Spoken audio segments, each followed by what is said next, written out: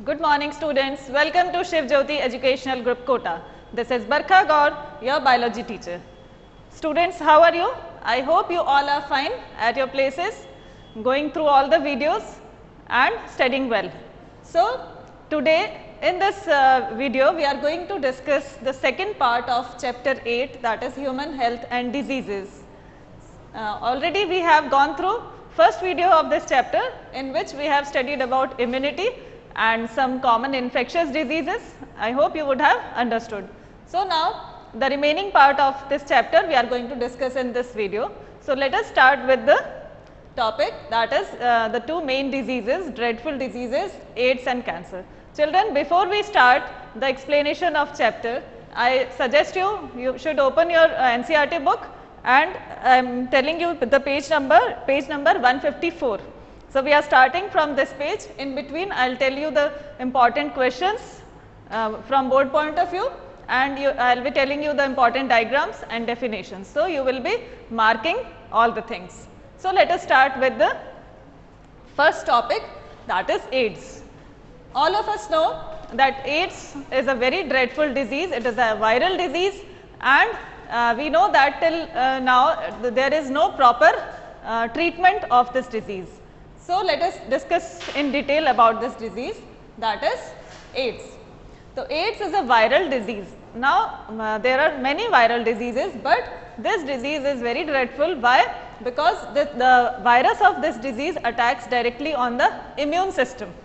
So, when we talk about the immune system, as we have already learned about immunity, in immunity what we say that immunity is the ability to fight against diseases. So, when the immunity will be attacked, the cells which are responsible for our immune system, if वो ही अगर attack हो जाएंगे, उनको ही destroy कर देगा अगर virus, so what will be the result of it? That means हमारा पूरा immune system बिगड़ जाएगा, and the ability या जो हमारी power है diseases से fight करने की, that will be destroyed. So, that's why this disease is very dreadful. So, let us study about it. The virus which is responsible for this disease is HIV, that is human immunodeficiency virus. You can see in the figure, this is the computer enhanced image of HIV. Now, HIV is a किस तरह का virus है? तो ये retrovirus है with a protein envelope enclosing RNA genome. You should know कि इसमें जो genetic material है वो RNA होता है, and an enzyme reverse transcriptase. अब ये रिवर्स ट्रांसक्रिप्टेज का क्या यूज है ये भी हम पढ़ेंगे. तो RT that is reverse transcriptase क्या करता है? ये ट्रांसक्राइब करता है डीएनए को फ्रॉम आरएनए, बिकॉज वायरस में तो आरएनए प्रेजेंट है और हमारी बॉडी में डीएनए प्रेजेंट होते हैं जेनेटिक मटेरियल. तो ये आरएनए से डीएनए बनाता है after the entry of the virus into the host cell. Host cells कौन से होते हैं? वो सेल्स जहाँ पे ये अटैक करेगा. तो हमारी बॉडी की जो लिम्फोसाइट्स हैं, WBC हैं, उन पे ये अटैक करता है, मैक्रोफेजेस कहते हैं जिनको, एंड वहाँ पे अपने आरएनए को डीएनए में कन्वर्ट करता है. Host cells are the macrophages and helper T cells. ये हमने पिछले वीडियो में पढ़ा था. टी सेल्स क्या होते हैं? एड्स का फुल फॉर्म पता ही होगा आपको, acquired immunodeficiency syndrome. It is caused by HIV, human immunodeficiency virus, and HIV is a retrovirus. Here I would like to raise your attention कि आपको ये ध्यान रखना है कि किस तरह का वायरस है ये रेट्रोवायरस. कई बार क्वेश्चन आ चुका है इसमें कि what type of virus causes AIDS. Question आप नोट कर सकते हैं, मार्क कर सकते हैं कि what type of virus is causes AIDS. तो आपको याद रखना है retrovirus, HIV which is a retrovirus causes AIDS. अब ऐसा होता है जब इन्फेक्शन होने के जब सिम्टम्स वाली बात करते हैं तो इन्फेक्शन होने के बहुत टाइम बाद सिम्टम्स नजर आते हैं. तो there is a time lag between infection and appearance of symptoms. तो जब तक हमें सिम्टम्स पता लगते हैं या हमें पता लगता है कि we have this problem in our body, तब तक बहुत टाइम हो चुका होता है. तो it may range from few months to many years. कई बार 5 से 10 साल बाद पता लगता है कि हमारी बॉडी में ये इन्फेक्शन हो चुका है. Transmission of HIV occurs through. So I hope already you are familiar with the किस तरह से इन्फेक्शन किस तरीके से इन्फेक्शन हो सकता है. But let us revise.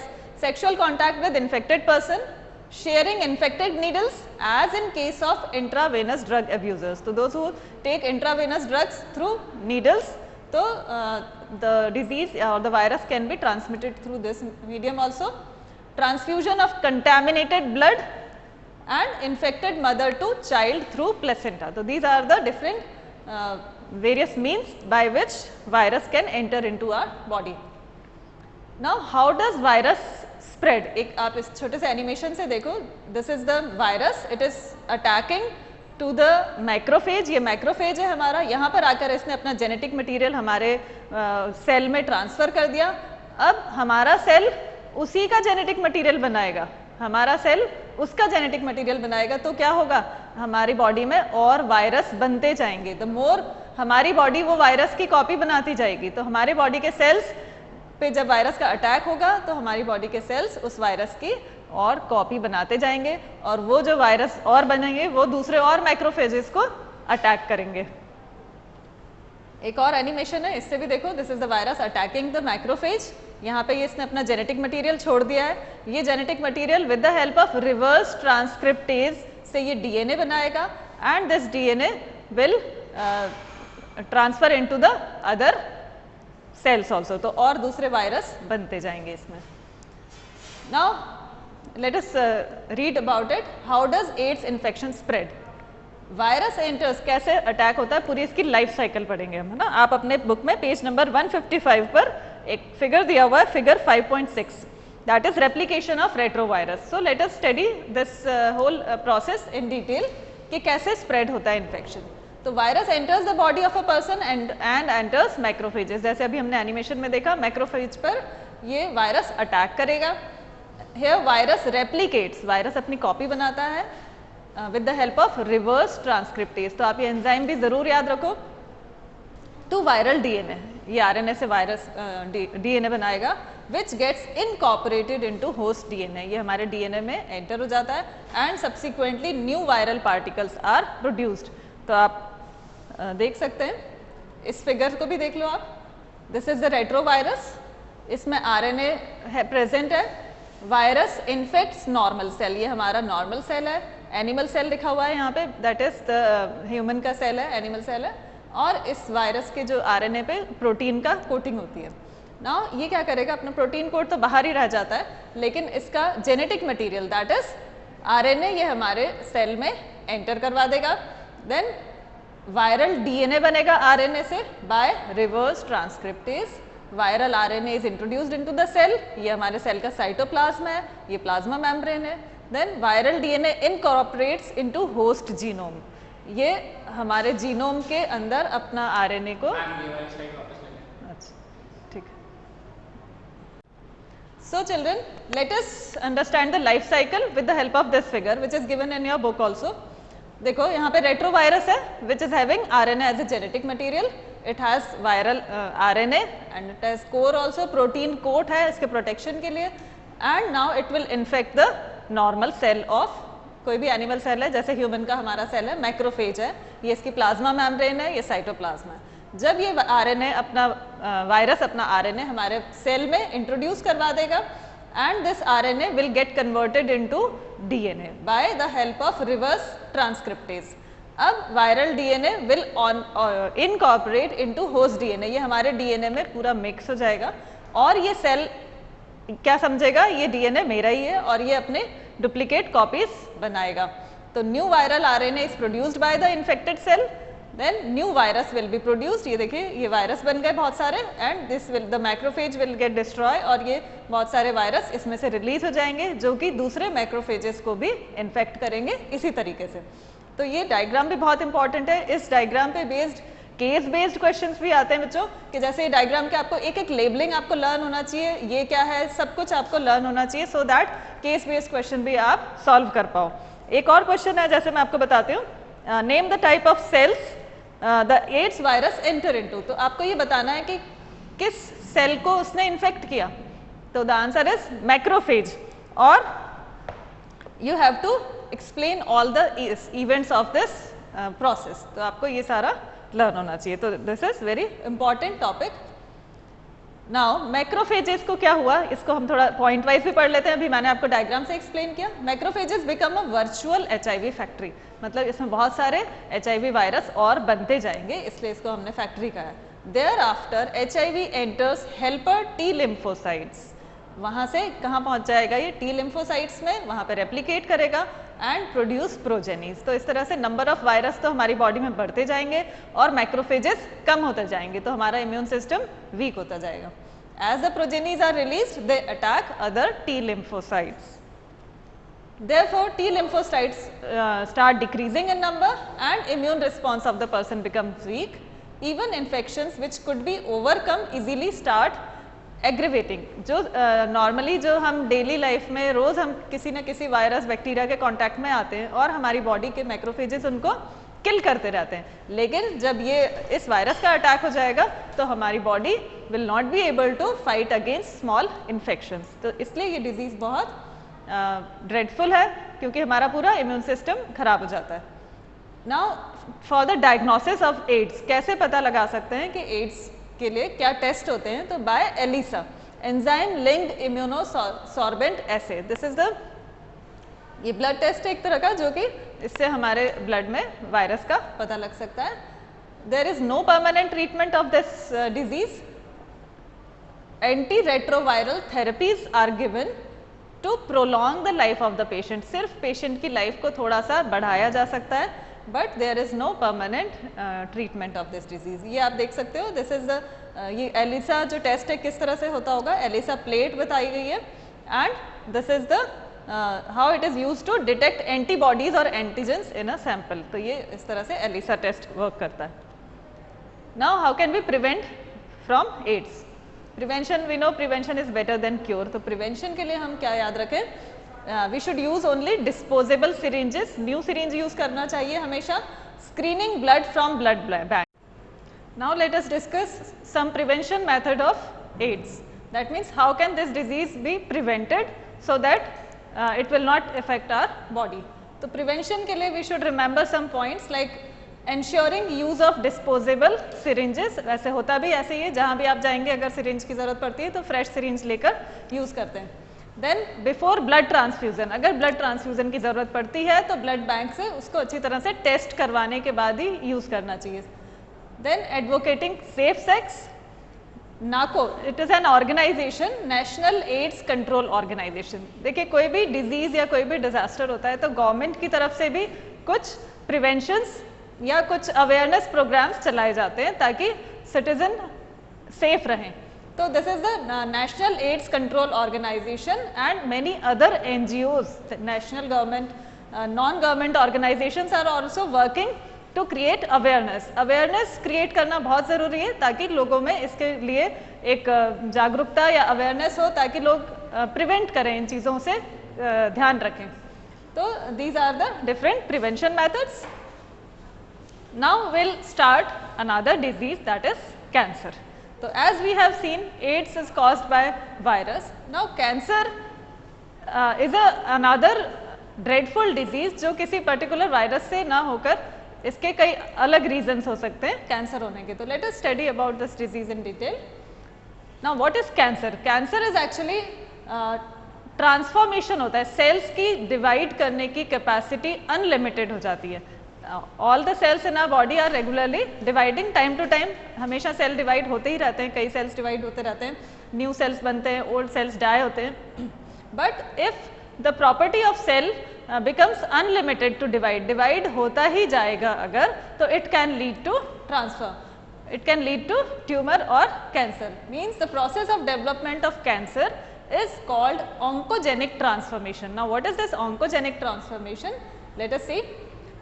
तो normal cells have property of contact inhibition. Now what is this contact inhibition? जैसे ही सेल न्यू सेल बना, it will increase in size, और जैसे ही वो अपने आसपास के सेल्स से कांटेक्ट में आता है वो ग्रो होना बंद हो जाता है या वो डिवाइड होना बंद हो जाएगा। This property is known as contact inhibition. If a cell loses this property of contact inhibition, मतलब जैसे ही वो किसी दूसरे सेल्स के आसपास के सेल्स के कांटेक्ट में आया लेकिन फिर भी वो डिवाइड होना स्टॉप नहीं हो रहा है, that means stoppage of growth on coming in contact with other sales.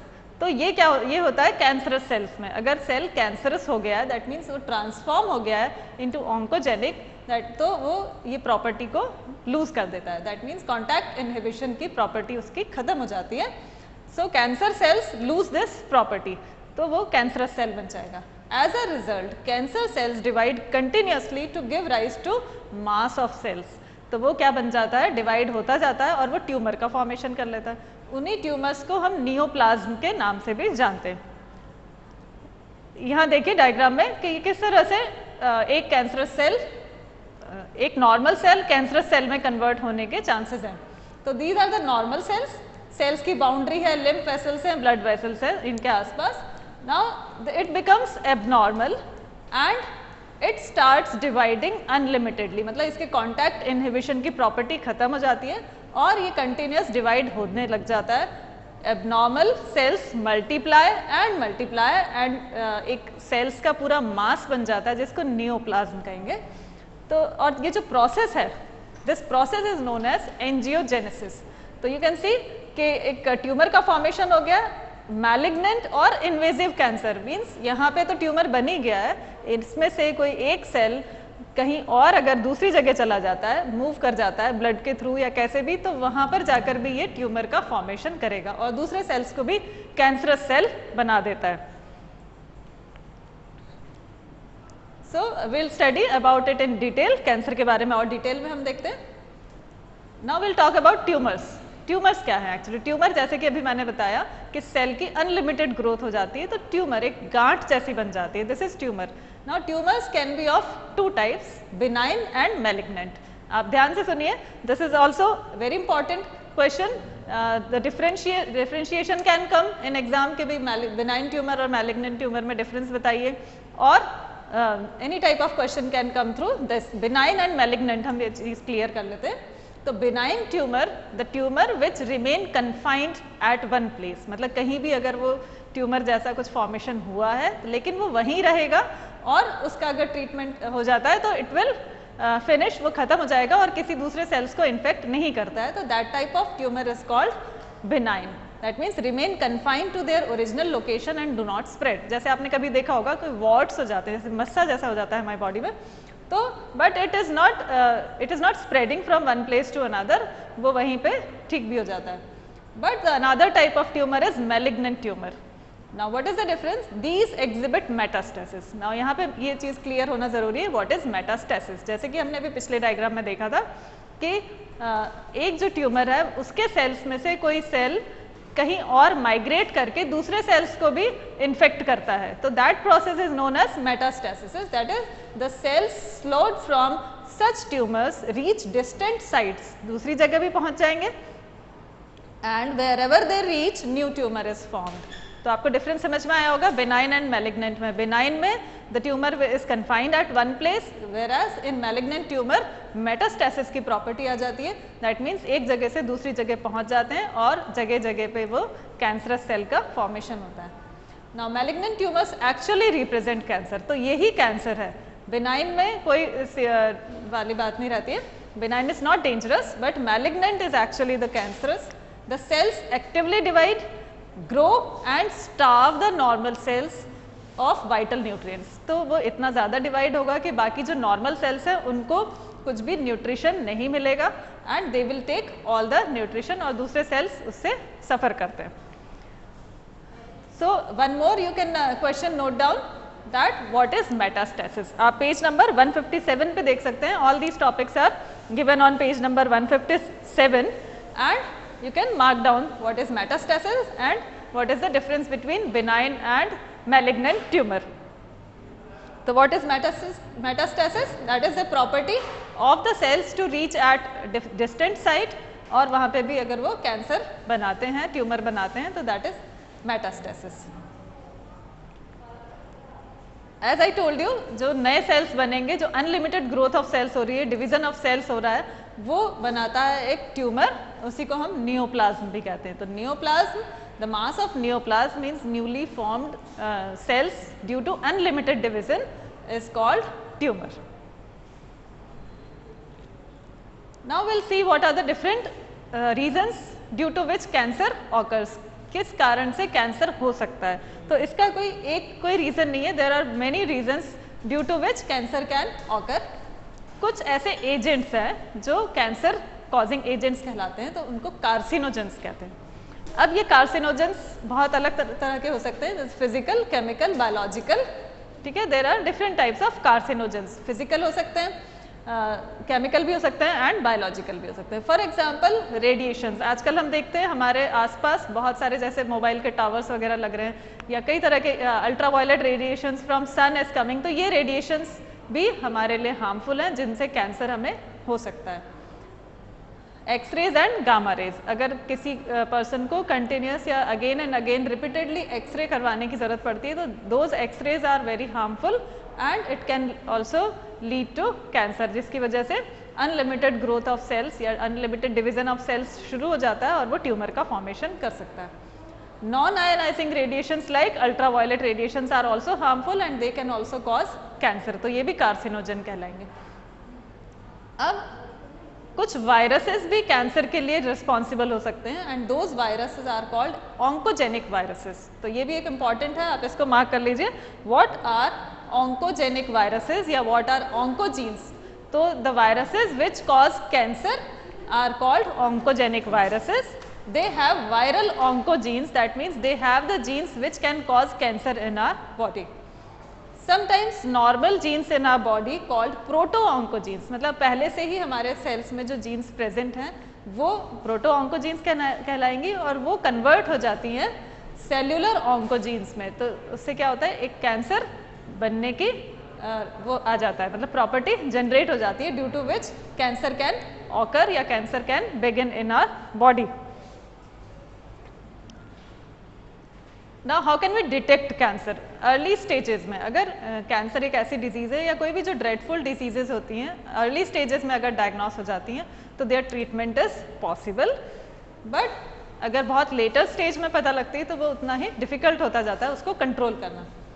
तो some methods which are used for diagnosing cancer या डिटेक्टिंग कैंसर वो देखते हैं हम, जैसे biopsy and histopathological studies. Actually biopsy या हिस्टोपैथोलॉजिकल, हिस्टोपैथोलॉजी मीन सेल्स की study करना, बॉडी के सेल्स जिनमें ट्यूमर आ गया है या जिन जो कैंसरस हो गए हैं उनको पता लगाना। तो हिस्टोपैथोलॉजिकल स्टडीज से हम अर्ली स्टेजेस पे डायग्नोस कर सकते हैं कि आगे चलकर इनको कैंसर हो सकता है क्या।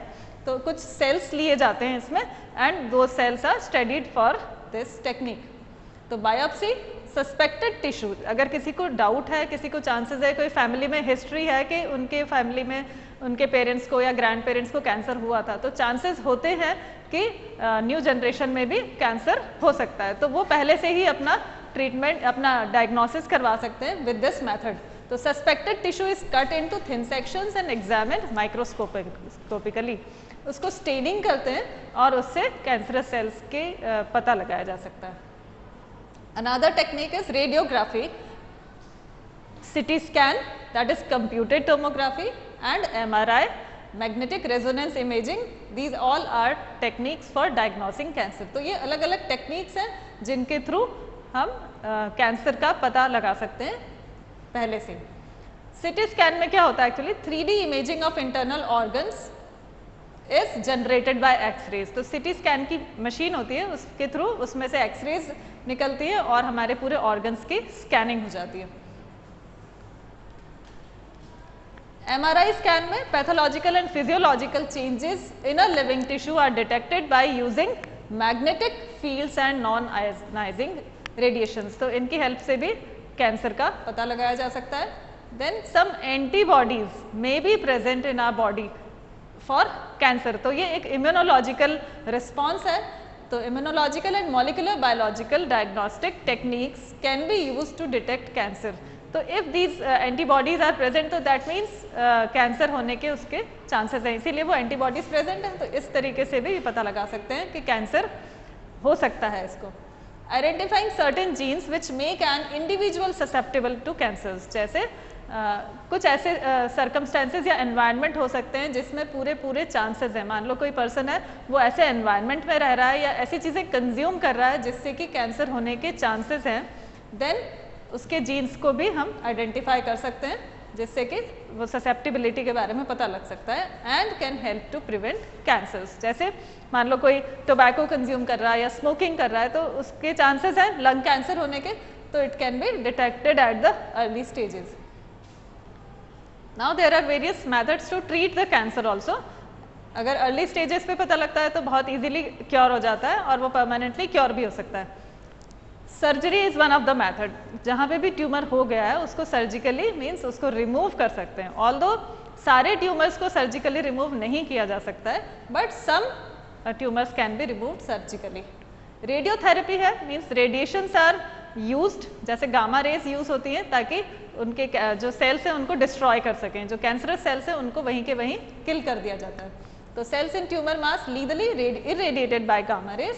कीमोथेरेपी, सर्टेन केमिकल्स या दवाइयाँ हैं, मेडिसिन हैं which can be use to kill cancerous cells like vincristine. ये एक मेडिसिन है जो कि सेल डिवीजन को इनहिबिट करता है, means it will stop the cell to divide unlimitedly. Immunotherapy is also there. Natural anti cancer defence mechanism, मतलब body में इस तरह की इम्यूनिटी डेवलप करवा दी जाए जिससे कि कैंसर ना हो या कैंसरस सेल को वो डिस्ट्रॉय कर सके. बॉडी खुद ही उसके बॉडी के जो फैगोसाइट्स हैं, माइक्रोफेजेस हैं, वो कैंसरस सेल्स को डिस्ट्रॉय कर सकें. जैसे हमने पिछले वीडियो में देखा भी था, इंटरफेरॉन्स डेवलप हो जाते हैं. जैसे कोई किसी में वायरस का इन्फेक्शन हो गया है तो वो सेल इंटरफेरॉन्स प्रोड्यूस करता है so that other cells can be protected from that particular disease. तो ये आप यहाँ फिगर में भी देख सकते हो, दिस आर सर्जरी हो रही है, सिटी स्कैन हो रहा है, and these are the medicines which are given for treatment of cancer. Page number 158 पर given है ये ट्रीटमेंट ऑफ कैंसर. तो जैसे कि अभी मैंने बताया आपको, रेडियोथेरेपी में क्या करते हैं, tumour cells are irradiated, means kill किया कर दिया जाता है. Also proper care is taken for protecting other tissues, मतलब वो रेडिएशंस जो हैं वो दूसरे नॉर्मल सेल्स को नहीं टच होने चाहिए. कीमोथेरेपी में medicine are given but they may have some side effects also. Actually cancer का जब ट्रीटमेंट जब करवाते हैं तो उसके बहुत सारे साइड इफेक्ट्स होते हैं, वेदर इट इज़ रेडियोथेरेपी या केमोथेरेपी, किसी भी तरह का जब ट्रीटमेंट होता है तो it has too many side effects. तो drugs specific for particular tumours are use to kill cancer. Those medicine have side effects like hair loss या एनीमिया जैसे प्रॉब्लम हो सकती है. Immunotherapy, biological response modifier such as gamma interferons, ये अभी मैंने बताया ही था आपको. दे एक्टिवेट इम्यून सिस्टम, ये हमारे इम्यून सिस्टम को एक्टिवेट कर देंगे and help in destroying the cancerous cells, या ट्यूमर को डिस्ट्रॉय करने में मदद करते हैं. Now the next topic is drug abuse या ड्रग एंड एल्कोहल एब्यूज. तो ये आपका पेज नंबर 158 पर गिवन है. You can refer this topic on your book, in your book also. The first drug which is consumed या जिसको हम abuse कहते हैं, एक्चुअली एब्यूज का मतलब होता है गलत तरीके से यूज़ करना, बहुत ज़्यादा क्वांटिटी में यूज़ करना जिसकी वजह से एडिक्शन वाली प्रॉब्लम आ जाती है, तो दैट इज एब्यूज. यूज़ मतलब देखो, ड्रग्स हम मेडिसिन के फॉर्म में भी काम में लेते हैं. Drugs are the chemicals which are use for treating the diseases. तो ड्रग स्टोर कहते हैं हम, या केमिस्ट की शॉप पे ड्रग स्टोर भी लिखा रहता है केवल. तो drug is the actually medicine है, but any medicine if it is taken in large quantity and again if we are taking it, so it becomes addiction और उसी को हम drug abuse कहते हैं. Now the first drug which is abused is opioids. तो opioids क्या है, मतलब एक्चुअली ये जो भी जितने भी ये हैं ड्रग्स हम पढ़ेंगे ये किसी न किसी प्लांट में से एक्सट्रैक्ट हो रहे हैं. तो let us understand about it कि सोर्स ऑफ ओपियोइड्स क्या है. It is commonly known as heroin. Acetylation of morphine extracted from the latex of poppy plant. अभी मैं आपको डायग्राम दिखाऊंगी. पॉपी प्लांट होता है एक, उसके फ्रूट में से लेटेक्स, उसमें इंसिजन लगाते हैं and the latex is secreted from that. तो उससे ही ये ओपियोइड्स बनाए जाते हैं. The scientific name of this plant is पेपेवर somniferum. अब अगेन अभी मैं जितने भी ड्रग्स आपको समझाऊंगी उन सब के आपको सोर्स और effects, the most important thing which you have to remember from exam board of point of view कि आपको सोर्स पता होना चाहिए और इफेक्ट ऑफ दिस ड्रग पता होना चाहिए. ठीक है, ये एग्जाम में पूछा जा सकता है. Now there are various methods of consuming this drug like snorting और इंजेक्शन. प्रॉपर्टीज मतलब कैसा दिखता है ये, it is white, bitter in taste and odourless, means there is no smell. Mode of action, ये किस तरह से हमारे माइंड को या हमारे बॉडी के पार्ट्स को कैसे इफेक्ट करता है वो देखिए. It binds to opioid receptor present in the brain. हमारे ब्रेन में डिफरेंट रिसेप्टर्स होते हैं, जो भी हम मेडिसिन वगैरह लेते हैं उनके लिए रिसेप्टर्स होते हैं। तो ये कहाँ पे जाके बाइंड हो जाता है? हमारे सेंट्रल नर्वस सिस्टम में एंड गैस्ट्रो इंटेस्टाइनल ट्रैक्ट। तो इनको ये सबसे पहले इन्फेक्ट करता है और वहाँ पे जाकर बाइंड होता है और फिर अपना ये असर दिखाता है।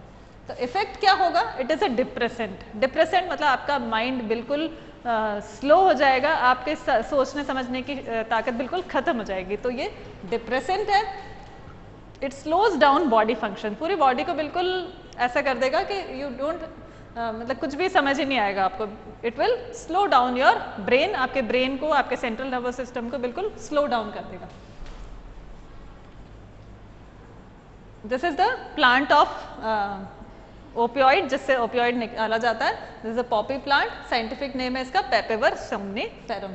तो it is the opioids are derived from opium extracted from the unripe capsule of poppy plant. तो इसका कैप्सूल जो फ्रूट जैसा है उसमें से इसको एक्सट्रैक्ट करते हैं और इसका ये लेटेक्स होता है। लेटेक्स मतलब इसे लिक्विड सिक्रीट होता है इसमें से, जिसको लेटेक्स कहते हैं। इससे ये ड्रग्स बनाए जाते हैं। They contain up to 10% morphine and opiate alkaloid, chemically alkaloid, which is most frequently processed chemically to produce heroin for drug abuse. तो it is used in this way. आपके बुक में पेज 158 पे इसके बारे में दिया हुआ है। The question आ सकता है इसमें जो यही है कि name the source of this opioid and what are the effects of these drugs. Second type of drug is cannabinoid. ये second category है। Now what is the source of this cannabinoid? It is the cannabis plant. Cannabis plant से इसको extract करते हैं। Inflorescence, you must be knowing inflorescence, जो flowers होते हैं, flower में से इसको extract करेंगे। Scientific name है cannabis sativa. How it is consumed? It is inhaled or oral ingestion. तो mouth में से इसको लेते हैं। Mode of action, again it also binds to cannabinoid receptor. हमारी बॉडी में, हमारे ब्रेन में कैनेबिनॉइड रिसेप्टर्स होते हैं, जहाँ जाकर ये अपना असर दिखाता है। ये बाइंड होता है इन द ब्रेन में। इफेक्ट क्या होगा? It affects the cardiovascular activity, या कार्डियोवैस्कुलर सिस्टम को इफेक्ट करता है। हमारे हार्ट को सबसे पहले ये इफेक्ट करेगा। Another is cocaine. Cocaine is also a drug. It is obtained from Coca plant, Erythroxylum coca. So this is the plant from which this is extracted and it is generally found in South America. It is consumed by snorting. Okay, इसको भी inhale करते हैं। Mode of action, it interference with transfer of neurotransmitter. Neurotransmitters जो होते हैं हमारे nerve cell में neurotransmitters होते हैं जो कि messages को आगे send करते हैं। तो उसको इंटरफेयर करेगा तो क्या होगा? हमारी सोचने समझने की पूरी जो कैपेसिटी वो खत्म सी हो जाएगी। It is also known as dopamine. Effect, it stimulates. तो एक तो हमने देखा ओपियोइड्स कैसे थे, डिप्रेसेंट थे जो हमारे बॉडी फंक्शंस को स्लो डाउन कर देंगे, जबकि कोकेन इज स्टिमुलेंट, मतलब आपको बहुत ज़्यादा एनर्जेटिक कर देगा, आपको बहुत ज़्यादा ऐसा लगेगा कि आप एक्टिवेटेड हो गए। तो it stimulates the CNS producing a sense of euphoria, मतलब जो आप नहीं कर सकते हो वो भी आपको ऐसा लगेगा कि आप ये भी कर सकते हो। यू मे फील लाइक कि आप उड़ भी सकते हो। तो इस तरह के सेंसेशन जो कि हमारे लिए बहुत हार्मफुल हो सकते हैं, you will feel like too much increased energy. तो this is very harmful. Excessive dosages cause hallucination. Now hallucination क्या है? एक फीलिंग होती है जो चीज़ नहीं है, that is also may also be visible to you. जो चीज़ नहीं प्रेजेंट है या जो चीज़ हो ही नहीं सकती है, ऐसी भी चीज़ें आपको नज़र आने लग जाएंगी। तो this is very harmful. It affects central nervous system को, हमारे ब्रेन को इफेक्ट करेगा। तो एंड दीज आर द, मतलब कैटेगरी है स्टिमुलेंट्स की कैटेगरी में आ जाएगा। हेल्यूसिनोजेंस, किससे हम, एक और प्लांट है जिससे हम इसको ऑब्टेन कर सकते हैं, that is Datura stramonium. So hallucinogens, these are the plant, या ये जैसे जिम्सन वीड है, इसमें ये हेल्यूसिनोजन के वर्क करता है। Means it produces hallucinations in the body of person. तो drugs can alter thought, perception and feeling, पूरी हमारी सोच बदल जाएगी। The user perceive objects and situations that do not exist. तो ये एक तरह से हेल्यूसिनोजेंस। तो this is the plant from which this can be extracted. एक और एक क्वेश्चन आप यहाँ पे नोट कर सकते हो पेज 159 पे, जहाँ पे कोकेन के बारे में डिस्क्रिप्शन दिया हुआ है। Why do sports person often fall a victim to cocaine addiction. तो cocaine addiction जैसे अभी हमने पहले यहाँ पे बताया, ये स्टिमुलेंट का काम करता है. तो कोकेन एडिक्शन अधिकतर स्पोर्ट्स पर्सन इनमें इन्वॉल्व हो जाते हैं, क्योंकि उन्हें ज़्यादा वो सोचते हैं बहुत रेस में मान लो पार्टिसिपेट करना है, तो अगर ये कंज्यूम कर लेंगे तो they will definitely win the race. तो एक्स्ट्रा एनर्जी के लिए वो कई बार इसको कंज्यूम करते हैं, विच इज़ इलीगल. अगर उनका टेस्ट होता है तो उसमें पता लगा लिया जाता है कि भाई ये इन्होंने ये कंज्यूम किया है. बट अगर नहीं पता लगता है तो they can take advantage of this, लेकिन ये गलत है. तो समटाइम्स थोड़ा बहुत अमाउंट में लेते लेते वो इसके एडिक्शन हो जाता है उनको. तो it is the question may come in this way also कि why sports person becomes addict to cocaine. तो आप इसका लिख सकते हैं जवाब.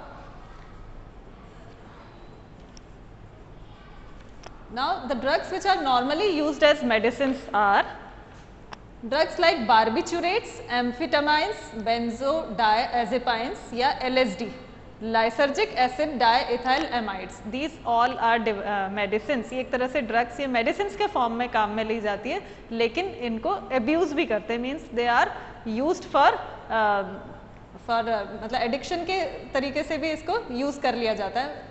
तो लेकिन purposely they are made for medicinal purpose. तो they are used as medicines to help patients with mental illness. कभी होता है ना कि बहुत ज़्यादा ब्रेन कभी कोई डिप्रेशन का शिकार हो जाता है या डिप्रेशन में आ जाता है, या कोई मेंटल और दूसरा डिसऑर्डर है, तो उसके माइंड को थोड़ा काम क्वाइट करने के लिए डॉक्टर्स इस तरह के मेडिसिन देते हैं. तो these are the medicines but they are abused by some persons. जैसे कि मॉर्फिन है, it is a pain killer which is given to the patients जो सर्जरी करवाई है जिन्होंने, तो बहुत ज़्यादा दर्द हो रहा होगा तो उनको पेन किलर के फॉर्म में मॉर्फिन दिया जाता है. But by some people it is abused also. Another drug is nicotine. Drug या कह सकते हैं it is a chemical which is present in tobacco. So this is also a common thing which is consumed by people. It is obtained from the plant Nicotiana tobaccum. ये इसका scientific name है. तो it is present, nicotine present रहता है इसमें. It is obtained from tobacco plant which is smoked, chewed और snuffed. तीन तरीके से ये लिया जाता है. Now how does it act in are, किस तरह से ये इफेक्ट करता है? Mode of action, it stimulates the adrenal gland. आपने पढ़ा होगा एड्रिनल ग्लैंड में दो तरह से वर्किंग होती है. एक तो एड्रिनलिन मीन्स किसी भी हमारे बॉडी के पार्ट्स को एक्टिवेट करते हैं ये, और नॉर एड्रिनलिन उसको स्लो डाउन करते हैं, जैसे हार्ट बीट फास्ट करना या ब्लड प्रेशर हाई करना. तो इस तरह से ये इफेक्ट करता है हमारी बॉडी का. तो it effects increases blood pressure and heart rate. तो this is also very harmful. Now what are the ill effects of smoking? Let us see. Increased risk of diseases like bronchitis. देखो जो भी हम inhale कर रहे हैं, हम सांस ले रहे हैं, अगर हमारे सांस के साथ कुछ अननेसेसरी या हार्मफुल चीज़ें अगर जाती हैं तो सीधे वो लंग्स को इफेक्ट करती हैं.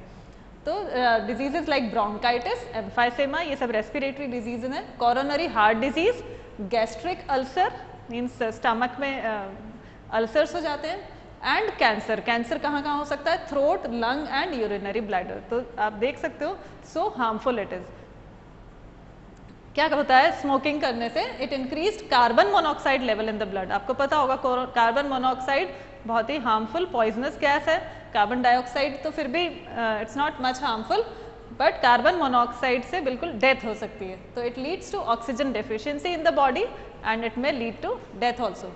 तो स्टूडेंट्स जो भी हम ये सब पढ़ रहे हैं ये हमारे डेली लाइफ में ये चैप्टर आपके बुक में है, आपको पढ़ाया जा रहा है, तो सिर्फ पढ़ने के लिए नहीं है. You should follow these instructions या इन सब चीज़ों को अपने को डेली लाइफ में भी फॉलो करना है, so that you can lead to a very good life. अपने फ्यूचर, अपना कैरियर पे आप अच्छे से इसमें ध्यान दे सकें.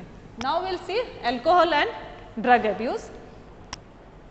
अब क्या होता है, कई बार ऐसी कंडीशंस क्रिएट हो जाती हैं जिसकी वजह से बच्चे या कई आपने देखा होगा आपके दोस्त या नहीं भी हो तो अच्छी बात है, but sometimes the children gate indulge in these activities. मतलब बच्चे इसमें इसके गिरफ्त में आ जाते हैं. तो कैसे हो सकता है ये? तो इसके लिए आपको बहुत ध्यान से सुनना है. रीजंस ऑफ ड्रग अब्यूज़ क्या होता है? कभी कभी क्यूरोसिटी है ना. तो you should remember curiosity means कि आपको इच्छा होती है कि एक बार हम इस चीज़ को कंज्यूम करके देखें कि भाई होता क्या है. तो this curiosity makes you to taste these things. मतलब फर्स्ट टाइम आप क्यूरोसिटी की वजह से आप ले सकते हैं, लेकिन एक भी बार इन चीज़ों को कंज्यूम नहीं करना चाहिए. या समटाइम्स योर फ्रेंड या फ्रेंड का फ्रेंड है वो आपको ऐसा सजेस्ट कर देते हैं कभी कि भाई आप इसको लो, आपको पढ़ाई में बहुत मन लगेगा, you just take once, you may lead in, मतलब फर्स्ट आ जाओगे आप क्लास में, इतना अच्छा आपका पढ़ाई में मन लगेगा। इस तरह से मिसगाइड करना, या अगर इनका इफेक्ट कुछ होता भी है तो वो टेम्परेरीली होता है। तो इन्फ्लुएंस ऑफ फ्रेंड्स में lead to take these things. Unstable और अनसपोर्टिव फैमिली, कई बार फैमिली में हमारे कुछ मान लो लड़ाई झगड़ा चल रहा है, या sometimes it may lead to those things, लेकिन हमें हमें हमारे लिए क्या अच्छा है उस चीज़ को ध्यान देना चाहिए। Stress from pressure to excel in academics और एग्जामिनेशंस, कई बार पेरेंट्स या बच्चे आपस में कंपैरिजन करते हैं कि देख वो इतना अच्छा है, वो इतना ऐसा है, तो उस वजह से कभी ऐसा लगता है कि भाई हम भी पढ़ाई में अच्छे हों या हम भी रेस में फर्स्ट आएँ, इस तरह के कई बार फीलिंग्स आती हैं, तो उससे भी बच्चों में इस चीज़ के लिए क्यूरोसिटी डेवलप होती है। या desire to enhance physical and mental capacity, तो इस तरह की चीज़ें आपको फोर्स कर सकती हैं कि आप इन चीज़ों को कंज्यूम करें, but this is not so, ऐसा होता नहीं है, इन सब चीज़ों का इफेक्ट टेम्परेरी होता है। पीयर प्रेशर, आप अपने आसपास वाले, कई बार आपके भाई हैं या आपके दोस्त हैं, आपको प्रेशराइज करते हैं कि किसी भी चीज़ के लिए। Academic stress may also lead you in this unstable family structure further incline youth towards alcohol and drug abuse। तो कई बार इस तरह के environment मिल जाता है आपको कि जिसमें आपके फ्रेंड्स या उनके कोई दूसरे रिलेटिव्स हैं वो इसमें इन्वॉल्व होंगे, तो चांसेस हैं कि आप भी ऐसा कर सकते हो, लेकिन we should be aware of all these things. ये आपको इसीलिए पढ़ाया जा रहा है ताकि आप अवेयर रहें। परसेप्शन ऑफ कंज्यूमिंग एल्कोहल और drug being cool and progressive, कई बार ऐसी फीलिंग आ जाती है जैसे मूवीज़ वगैरह देख के या सीरियल्स देख के कि इतना मतलब वो स्मोकिंग कर रहा है तो अच्छा दिख रहा है, या इस तरह की रॉन्ग फीलिंग्स आ जाती है जिस वजह से भी आप इस हैबिट के लिए प्रमोट हो सकते हैं, but this is very wrong. So when a person uses alcohol or drug repeatedly, he becomes addicted। अगर आपने एक बार भी इसको यूज़ किया है, कंज्यूम किया है, तो आपको बार बार लेने की इच्छा हो सकती है, एंड यू गेट एडिक्टेड। और एक बार एडिक्टेड होने के बाद इससे बाहर निकलना बहुत मुश्किल हो जाता है। तो addiction refers to psychological attachment to certain effects such as euphoria, मतलब आपको कुछ अजीब सी या इस तरह की फीलिंग आ सकती है जो एक्चुअल में होता नहीं है। And temporary feeling of well being, या थोड़ी देर के लिए आपको लग सकता है कि हाँ हमें बहुत अच्छा लग रहा है इसको कंज्यूम करने के बाद। It is associated with use of alcohol और ड्रग्स। इन एडिक्शन के बाद क्या होता है, टॉलरेंस लेवल ऑफ रिसेप्टर, मतलब आप मान लो जैसे आपने एक बार लिया तो आपको थोड़ा अच्छा नहीं लगेगा, लेकिन if you are taking again and again तो वो आपकी टॉलरेंस जो पावर है वो बढ़ती जाती है, आपको थोड़े से में असर नहीं होगा, and you are addicted to it and you need more quantity of it. This drives the person to use them even when they are not required। तो कभी आप पहले तो आपने ये सोच के ले लिया कि भाई इससे मेरे को पढ़ाई में अच्छा मन लगेगा, लेकिन अब जब नहीं है ज़रूरत तो भी आपकी इच्छा होगी इसको बार बार, इसी को एडिक्शन कहते हैं। अब इससे क्या होगा, आपके फाइनेंशियली भी आपके ऊपर बहुत असर पड़ेगा, है ना, आपके पैसे इसमें खर्च होंगे, प्लस आपकी पढ़ाई में से मन हटता जाएगा। Subsequently the user runs into vicious circle, मतलब आप एक उसकी गिरफ्त में आ जाओगे and it will be very difficult to come out of it. फिर आप उसके डिपेंडेंट हो जाएंगे, है ना। अब जब आप सोचोगे कि अब इसको हमें छोड़ना है, आपको पता लग गया कि इसके बहुत सारे हार्मफुल इफेक्ट्स हैं, तो इसको छोड़ने में भी आपको बहुत प्रॉब्लम आएगी, जिसको हम कहते हैं विड्रॉल इफेक्ट्स, विड्रॉल सिंड्रोम। इसमें भी क्या क्या परेशानियां आ सकती है, एंजाइटी, नौशिया मीन्स चक्कर आना, उल्टी, बहुत घबराहट होना, स्वेटिंग, शेकीनेस, मतलब पूरी आपकी बॉडी, आप फिजिकली और मेंटली बहुत परेशान हो जाएंगे, एंड समटाइम्स में भी लीगल, मतलब आपको बहुत ज़्यादा परेशानियां हो सकती हैं। इमीडिएट इफेक्ट, मान लो आपने कंज्यूम किया है, किसी ने कंज्यूम किया है, तो उसके इमीडिएट इफेक्ट भी हो सकते हैं। आप वैंडलिज्म मीन्स आप बहुत ज़्यादा डिस्ट्रक्टिव हो सकते हो, आप चीज़ों को तोड़ेंगे फोड़ेंगे या किसी को नुकसान पहुंचा सकते हैं, मारपीट कर सकते हैं, एंड आपका बिहेवियर भी बहुत अलग हो जाएगा। ड्रॉप इन एकेडमिक परफॉर्मेंस, अब आप जब इसी में इंडल्ज हो जाएंगे अगर, तो आपकी पढ़ाई का लेवल डाउन हो जाएगा। Lack of interest in personal hygiene, that means you will least bothered about your self, आपको बस वही चीज़ दिमाग में रहेगी कि हमें ये लेना है। रिबेलियस बिहेवियर, मतलब बहुत अजीब सा व्यवहार हो जाएगा। And change in eating and sleeping, ना आपको भूख लगेगी ना नींद आएगी। वेट लॉस हो सकता है, आपकी भूख खत्म हो सकती है। तो all these are the effects of these drugs या alcohol. Mental, physiological and financial loss. Of course ये सारा नुकसान होगा हमें और इससे आपकी फैमिली पे भी इफेक्ट पड़ेगा. Those who take drugs intravenously. Now यहाँ पे ध्यान दीजिए, intravenously अगर इंजेक्शन से, नीडल से कोई ड्रग लेता है तो उसको एड्स होने के चांसेस भी बहुत ज़्यादा है और हेपेटाइटिस बी भी हो सकता है. Damage to nervous system and liver. Liver खराब हो सकता है, नर्वस सिस्टम पे इफेक्ट पड़ेगा, आपका ब्रेन काम करना कम कर देगा. सिरोसिस, दैट मीन्स लिवर में कुछ खराबी आ जाती है. Ultimately prolonged use of alcohol और drugs lead to coma and death. तो आप देख रहे हैं कितने ज़्यादा हार्मफुल इफेक्ट्स हो सकते हैं इसके. Use of anabolic steroids by sports person. जैसे अभी हमने थोड़ी देर पहले डिस्कस किया था कि स्पोर्ट्स पर्सन भी कुछ स्टेरॉइड्स लेते हैं तो उनके भी एडवर्स इफेक्ट्स होते हैं. हो सकता है उनको ऐसा लगा हो कि भी हमें एनर्जेटिक हम हो गए, रेस में हम जीत गए, लेकिन उसके देखो साइड इफेक्ट्स क्या हो सकते हैं.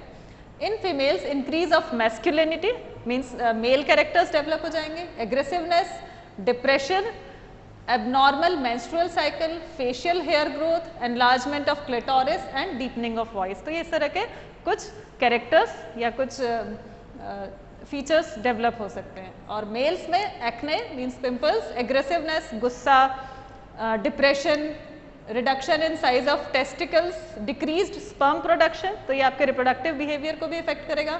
Enlargement of prostate gland, breast enlargement and premature baldness, means आपके सिर के बाल भी झड़ सकते हैं. तो these are the different adverse effects on the body. Now prevention. हमेशा हम कहते हैं prevention is better than cure. तो प्रिवेंट कीजिए, आप अवेयर रहिए इन सब चीज़ों के लिए and we can prevent everything which is harmful to us. It is better to prevent the inclination of an individual. हम कोशिश करें कि हमारे साथ में जो लोग रहते हैं या एक दूसरे को चेक करते रहें कि कोई बिहेवियर में कोई एबनॉर्मलिटी तो नहीं आ रही है ना. तो ये जो आप लोगों की एज होती है एडोलेसेंस की, at this time it is very important to take care of these things. तो आपके अगर कोई फ्रेंड वगैरह आपको इस चीज़ के लिए प्रेशराइज करते हैं तो अवॉइड करो, उस प्रेशर को बिल्कुल अवॉइड करना है. We should not take interest in those things क्योंकि हमें मालूम सब है, we know that it is harmful. हम सब पढ़ भी रहे हैं और सुनते भी हैं कि ये चीज़ अच्छी नहीं है. तो we should avoid and understand the unique personality and capabilities of a child. मतलब हमें एक दूसरे की कैपेबिलिटी को पहचानना चाहिए, कंपैरिजन नहीं करना चाहिए कि मान लो एक बच्चा हमारा पढ़ने में बहुत अच्छा है, एक कम अच्छा है, तो वी शुड नॉट कंपेयर क्योंकि हर बच्चे में अपनी अपनी कुछ एबिलिटी होती है. तो we should identify that ability and अगर कोई उसमें इन्वॉल्व हो गया है तो उसको काउंसलिंग करके, उसको हेल्प करके, उसको मॉरल सपोर्ट देकर हम उसको उससे बाहर निकाल सकते हैं. A child must be taught to accept success and failure. हमेशा लाइफ में दो चीज़ें हो सकती हैं कि आप कभी सक्सेस भी हो सकते हैं या कभी फेल भी हो सकते हैं. तो we should not get disheartened, मतलब अपना दिल छोटा नहीं करना चाहिए इन सब चीज़ों के लिए. Specially during adolescence he must be inclined towards constructive activities. बच्चों को हमेशा कुछ अच्छी एक्टिविटीज़, क्रिएटिवनेस की तरफ इन्वॉल्व रहना चाहिए, जैसे music, yoga, sports, reading. Instead of ऐसे दोस्तों के पास नहीं जाना है जो इस तरह की एक्टिविटीज़ करते हो, मतलब जो ड्रग्स में या इधर उधर घूमते रहते हैं. इस तरह से रॉन्ग एक्टिविटीज़ में इन्वॉल्व ना होकर ये एक्टिविटीज़ में हम जा सकते हैं. Help from parents and peers also. This includes proper guidance, advice and trust to overcome problems such as stress and guilt. अगर कोई हमसे गलती हो जाती है, कोई हमसे नुकसान हो जाता है, तो हम अपने पेरेंट्स को और अपने उनको कन्विंस करें, आपस में एक दूसरे से बात करें और प्रॉब्लम को सॉल्व करें. Identifying danger signals. अगर बच्चे में कोई इस तरह की एक्टिविटीज़ दिखती हैं तो उसको जल्दी से नोटिस करें, उसको इग्नोर नहीं करना चाहिए क्योंकि एक टाइम पे हम उस चीज़ों को उससे बाहर निकल सकते हैं, उनको क्योर कर सकते हैं. Seeking medical help. We can take help of psychologist and rehabilitation programs also. अगर कोई इसमें इन्वॉल्व हो भी गया है तो still we can bring him out and medical help should be sought to prevent further damage, ताकि आगे चल के उसको नुकसान नहीं हो.